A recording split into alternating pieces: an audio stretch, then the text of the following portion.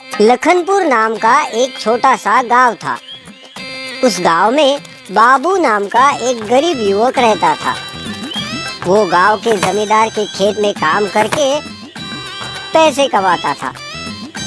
जमींदार की कमला नाम की एक बेटी थी। बचपन से ही कमला और बाबू में गहरी दोस्ती थी। जब वो दोनों जवान हुए और दोनों ने शादी करने का फैसला किया। कमला, हमारी शादी के लिए क्या तुम्हारे पिताजी मान जाएंगे? मैं ठहरा एक गरीब मजदूर और तुम एक जमींदार की बेटी हो।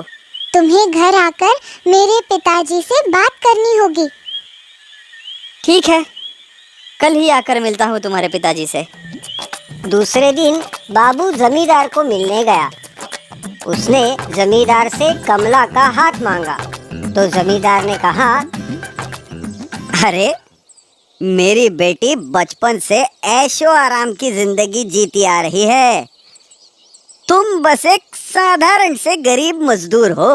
भला तुम मेरी बेटी को सुख चैन से कैसे रख सकोगे? सरकार, मैं दिन रात मेहनत करूँगा, आपकी बेटी को बहुत खुश रखूँगा। अरे, दिन रात मेहनत करके भी तुम ऐसा कितना कमा लोगे? तुम एक काम करो, अगले 6 महीनों में 1000 सोने के सिक्के कमा कर दिखाओ, तभी मैं इस शादी को अनुमति दूंगा। ये सुनकर बाबू थोड़ा निराश हो गया, लेकिन उसने बिल्कुल भी हिम्मत नहीं हारी।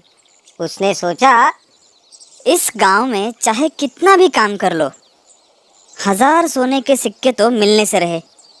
इससे अच्छा है कि शहर में जाकर कोई बड़ा काम धंधा करता हूँ। दूसरे दिन बाबू शहर की ओर निकल पड़ा। थोड़ी दूर जाने पर तो उसे एक बूढ़ा आदमी दिखाई दिया। वो आदमी पानी का घड़ा उठाने की कोशिश कर रहा था, लेकिन वो घड़ा उनके हाथों से फिसल गया और सारा पानी बह गया। बाबू ने उनके पास जाकर कहा, क्या मैं आपकी मदद कर सकता हूँ? अरे बेटा, बुढ़ापे की वजह से मुझसे ये काम नहीं होता, लेकिन क्या करूं? पीने के लिए पानी तो चाहिए ही ना। रुकिए दादाजी, मैं आपके लिए पानी लाता हूँ। बाबू घड़े में पानी भरकर ले आया, लेकिन फिर उसने सोचा, आज तो मैंने घड़ा भर दिया, लेकिन दादाजी कल कैसे पानी लाएंगे?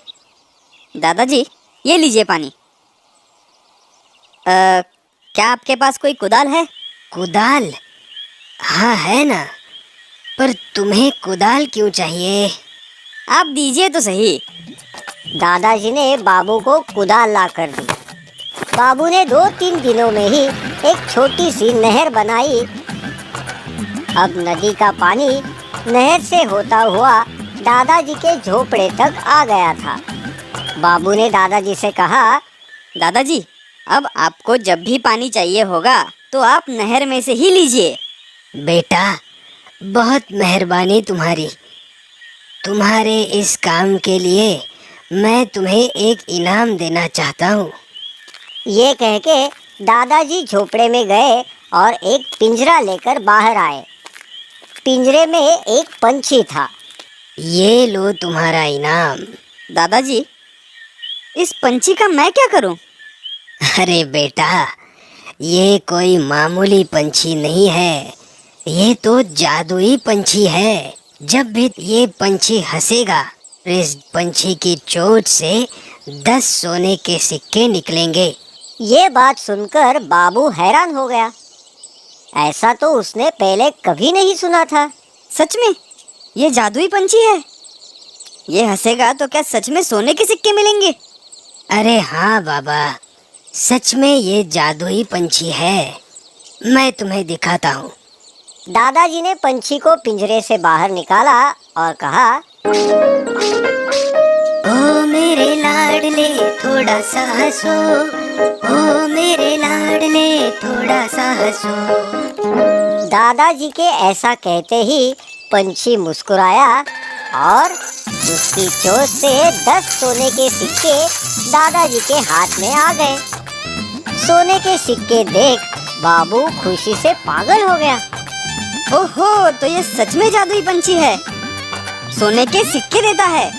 अब 1000 सिक्के कमाना मेरे लिए मुश्किल नहीं। आपका बहुत बहुत शुक्रिया दादाजी। आप नहीं जानते आपने मेरी कितनी मदद की है। दादाजी ने दी हुई अनोखी भेंट लेकर बाबू खुशी खुशी अपने घर की तरफ निकल पड़ा। अब बाबू को शहर जाके काम करने की जरूरत थी नहीं। बाबू घर की तरफ लौट रहा था, तब तक रात हो चुकी थी। फिर उसने सोचा, यहाँ तो मेरा दोस्त शाम रहता है, आज रात उसी के घर में रुकता हूँ। बाबू शाम के घर गया। उसे देखकर शाम भी बहुत खुश हो गया। अरे बाबू, आओ, इतने दिनों बाद यहाँ कैसे आना हुआ? बाबू ने शाम को जमींदार की शर्त और जादुई पंछी की सब कहानी बता दी। ये तो बहुत अच्छा हुआ। अब तुम जमींदार की शर्त भी पूरी कर पाओगे और कमला से शादी भी कर सकोगे।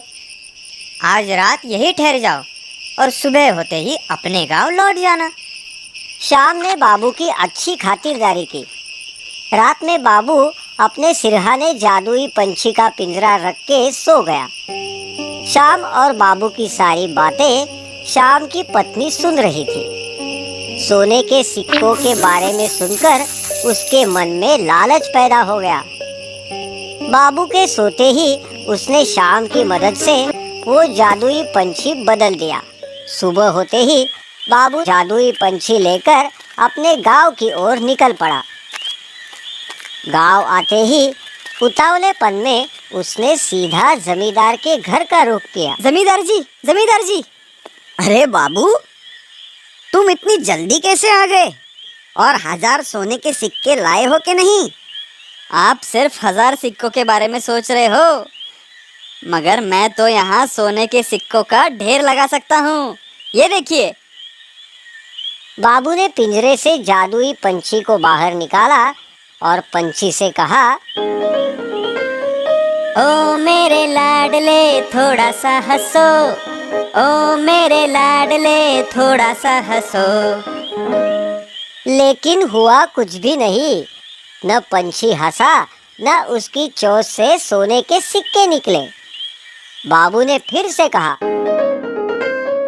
ओ मेरे लाडले थोड़ा सा हंसो, ओ मेरे लाडले थोड़ा सा हंसो। बाबू ने बार बार यही दोहराया, मगर पंछी नहीं हंसा। जमींदार समझ ही नहीं पा रहा था कि ये सब क्या हो रहा है। ये क्या कर रहे हो बाबू? और सोने के सिक्के कहाँ हैं? मैं वो ये पंछी सोने के सिक्के देने वाला था। अब जमींदार गुस्सा हो गया। मुझे पागल समझ रखा है क्या? मैं अच्छी तरह से समझता हूँ, ये सब तुम्हारे बहाने हैं पैसे न कमाने के। चलो जाओ यहाँ से, और जब तक 1000 सोने के सिक्के कमा के नहीं लाते, तब तक यहाँ आने की हिम्मत न करना। बाबू बहुत निराश हो गया। उसे समझ में ही नहीं आ रहा था कि इस पंछी को अचानक क्या हुआ। उसने सोचा कि अब इस समस्या का हल तो दादाजी ही निकाल सकते हैं। दूसरे ही दिन तुरंत ही वो दादाजी के पास गया और उन्हें पूरी व्यथा बताई। सब सुनने के बाद दादाजी ने कहा, ऐसा होना असंभव है। जरूर किसी ने ये पंछी बदल दिया है। क्या तुमने इस पंछी के बारे में किसी को कुछ बताया था? हाँ, ये बात मैंने अपने बचपन के दोस्त शाम को बताई थी। हो सकता है उसने ही पंछी बदल दिया होगा। दादाजी, ये नहीं हो सकता। मैं शाम को बचपन से जानता हूँ। तुम्हें विश्वास नहीं होता ना, तो एक काम करो, ये लाठी लो। ये भी जादुई लाठी है। ये लाठी लेकर तुम शाम के घर जाकर बोलना, लाठी लाठी तू मेरा एक काम कर, जो भी चोर है उसकी धुलाई कर। ऐसा कहते ही वो लाठी जो भी कोई चोर होगा उसे खूब पीटेगी। जाओ। बाबू जादुई लाठी लेकर शाम के घर चला गया। उसने शाम से पूछा, शाम, जब मैं रात को सोया था, तुमने पिंजरे का पंछी बदल तो नहीं दिया? नहीं नहीं दोस्त, भला मैं ऐसा क्यों करूँगा? चाहिए तो तुम मेरी बीवी से पूछ लो। नहीं नहीं, हमने नहीं बदला आपका पंछी, हमें कुछ भी मालूम नहीं। अब बाबू के पास दूसरा कोई रास्ता बचा ही नहीं था। उसने लाठी ली और वो बोला, लाठी लाठी तू मेरा एक काम कर, जो भी चोर है उसकी धुलाई कर। तुरंत लाठी बाबू के हाथ से निकली और उसने श्याम की पत्नी की पिटाई शुरू कर दी।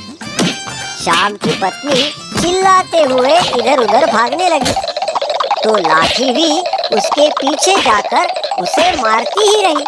अरे बचाओ, मुझे बचाओ! अरे रोको, इस लाठी को कोई तो रोको! मैं देती हूँ तुम्हें पंछी वापस, लेकिन इस लाठी को रोको। पहले मेरा पंछी वापस दे दो, फिर ही मैं लाठी को रोकूंगा। श्याम ने झट से एक कोने से एक पिंजरा निकाला और बाबू को देते हुए कहा, ये लो बाबू, तुम्हारा पंछी, अब तो रोको उस लाठी को। पंछी को वापस पाकर बाबू की तसल्ली हो गई। उसने लाठी को रुकने के लिए कहा। लाठी लाठी रुको रुको, लाठी लाठी रुको रुको। लाठी बाबू के पास वापस आ गई। श्याम और उसकी पत्नी ने बाबू से माफी मांगी। हमें माफ कर दो बाबू, लालच में आकर हमने ही तुम्हारा पंछी चुराया था। बाबू जादुई पंछी लेकर अपने गांव वापस आया। उसने जादुई पंछी को हंसने को कहा।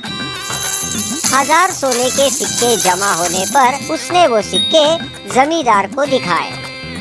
जमींदार हैरान हो गया। उसने पूछा, मगर तुमने ये कमाई कैसे? बाबू ने जादुई पंछी की सारी हकीकत जमींदार और कमला को बताई।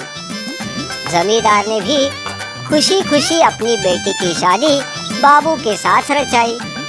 बाबू और कमला सुख से रहने लगे। तात्पर्य, अच्छे काम का फल अच्छा होता है और बुरे काम का फल बुरा ही होता है।